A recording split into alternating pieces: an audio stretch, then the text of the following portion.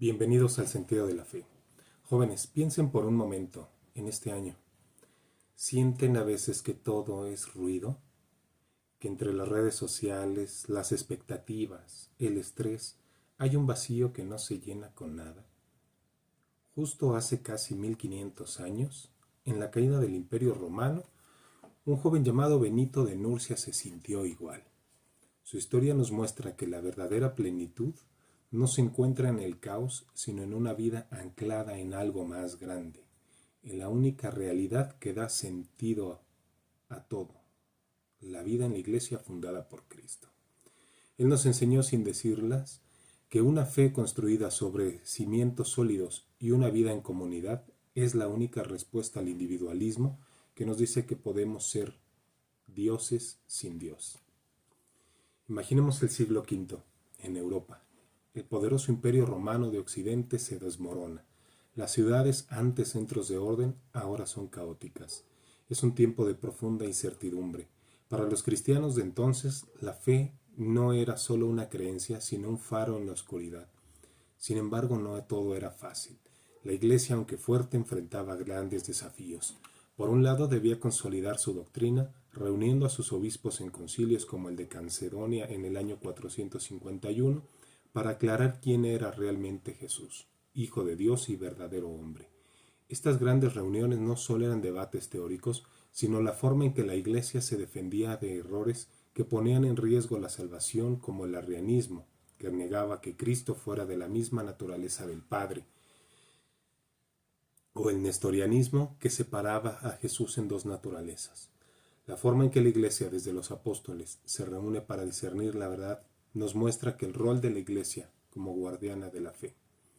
Mientras surgían otras corrientes de pensamiento que minimizaban la gracia y la necesidad de la ayuda de Dios para ser buenos, como el pelagianismo o ser santos, esta idea tan antigua como moderna resuena en las perspectivas de vacío existencial y las éticas contemporáneas sin fundamento trascendente que nos dicen que podemos salvarnos solos, con nuestra propia fuerza, con nuestra propia voluntad, sin una relación viva con Dios.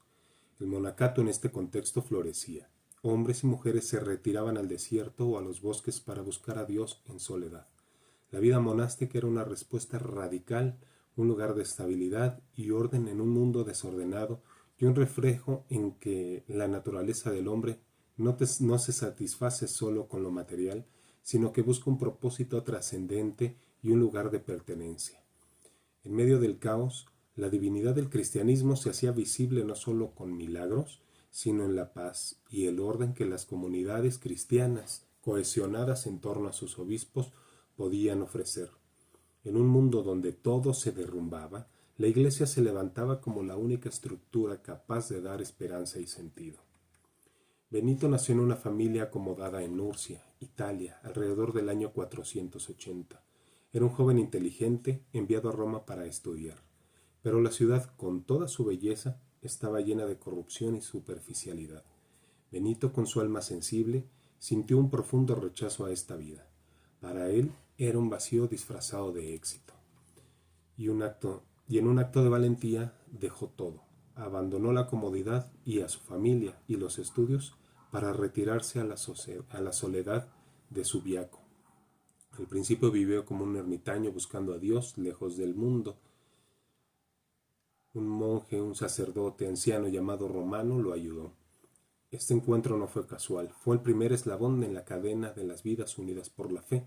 Romano lo cuidó, le dio el hábito, le traía alimento, mostrando esa red de apoyo que siempre ha existido entre quienes buscan vivir una vida auténtica con el Señor. Benito vivió en una cueva, en soledad y en oración, y fue ahí, en el silencio, donde Cristo le habló al corazón, no a través de grandes milagros, sino en la paz interior que solo se encuentra cuando uno decide armarse con las armas fuertes y nobles de la obediencia, como él mismo diría en el prólogo de su regla. La obediencia a la voluntad de Dios, la humildad de reconocerse limitado. Después de un tiempo su fama de santidad se extendió. Otros hombres lo buscaron, querían vivir como él, así que Benito, impulsado por una misión que iba más allá de su propia salvación, aceptó guiarlos. Lo envidiaron e incluso trataron de envenenarlo, lo que demuestra que la santidad no es un camino de hadas un cuento de hadas, sino una lucha constante. Benito, con una serenidad increíble, hizo la señal de la cruz y el vaso se rompió. En lugar de forzar a estos hombres, él los dejó y se fue. Este episodio nos muestra que la santidad es un don, pero la libertad humana puede resistirse. Benito siguió su camino y en el 529 se estableció en Montecassino, un antiguo templo pagano que se transformó en un monasterio. Allí, con una comunidad de monjes que lo seguían de verdad, escribió su famosa regla, la regla de San Benito. No es un simple manual de disciplina, sino un camino de vida. Él nos dice que lo que más necesita el hombre es orden, y ese orden no es una jaula, sino el espacio donde nuestra libertad se expande. La regla es, en el fondo, una respuesta a las perspectivas de vacío existencial que sufrimos hoy. En ella, Benito nos ofrece una forma de vivir equilibrada, que equilibra la oración, el trabajo y el descanso, una manera de encontrar felicidad y beneficios que provienen de una vida virtuosa. San Benito no escribió tratados de teología, pero su vida fue un tratado viviente. Él recibe el bautismo y la Eucaristía, los sacramentos que la Iglesia siempre ha dado a sus hijos. No tenemos textos sobre la doctrina del pecado original, pero su insistencia en la conversión constante muestra que él sabía que el hombre no es perfecto y necesita la gracia de Dios para crecer. No se puso a debatir sobre la doble naturaleza de Cristo, pero su vida de obediencia a Dios, de caminar tras Él, era la prueba de su adhesión a las enseñanzas de los obispos. Sabemos por el testimonio de San Gregorio Magno que Benito fue ordenado diácono, un rito que lo vinculó directamente al servicio de la Iglesia y lo puso bajo la autoridad de sus pastores. Su vida se entrelazó con las vidas de otros pastores, como el obispo de Teano, quien le pidió consejo en varias ocasiones. Este ir y venir, este apoyo entre comunidades monásticas y los obispos, nos enseña que el camino de santidad no es individual, sino que se construye en comunidad. Benito, en su sabiduría, no intentó nada nuevo, solo tomó lo que la Iglesia ya le ofrecía, la palabra de Dios, los sacramentos y la comunión entre sus miembros, y lo aplicó de forma ordenada. Él entendió que la vida del cristiano se basa en dos ciudades, como diría un gran padre de la Iglesia, la ciudad de Dios y la ciudad del hombre. La ciudad de Dios, la Iglesia, debe ser la que guíe al hombre y la forma en que él fundó sus monasterios en medio del caos, con la oración y el trabajo, es la prueba de que ese orden y paz de Dios pueden transformar incluso las realidades más caóticas. Al final de su vida, San Benito no era solo un joven asustado por el desorden del mundo, sino un padre para miles, un guía que había transformado la Europa de su tiempo y había encontrado plenitud. La vida de San Benito es una respuesta profética para nuestro tiempo. Él nos muestra que la vocación, el llamado de Dios, es siempre un llamado a vivir en la Iglesia. No es un hobby o una búsqueda espiritual individualista, sino una misión para el servicio de los demás. Su regla, al exigir el voto de estabilidad, nos enseña que la verdadera libertad se encuentra en la perseverancia, en la fidelidad a un lugar y a una comunidad.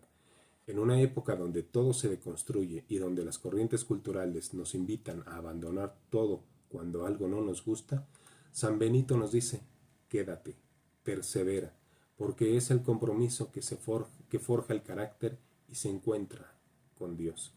Es aquí donde se integra la necesidad de la religión, que no es un conjunto de reglas vacías, sino la respuesta a nuestra necesidad más profunda de pertenencia, amor y verdad.